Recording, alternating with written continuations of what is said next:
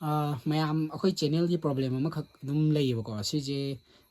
tana ba yaba dum yam dana jare dum hangba yaba yam hange do khangde na yam haibirebo ko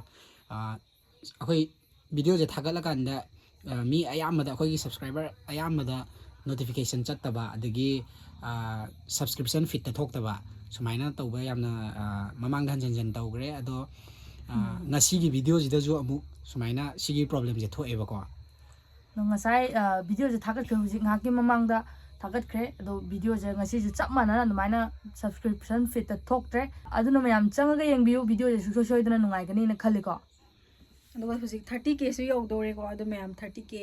hek yau baga koi give away tok daba sem saba loizare adu mayam subscribe tok jiba sing tok san biramo video changa yeng ba kaw bi gano like and subscribe to sim biramo aduga kaino gi video gi link je description de ju pijarage aduga si comment de ju pin tawraga thamjaramage aduda soi soi na chang yeng bi nungai gani khali ko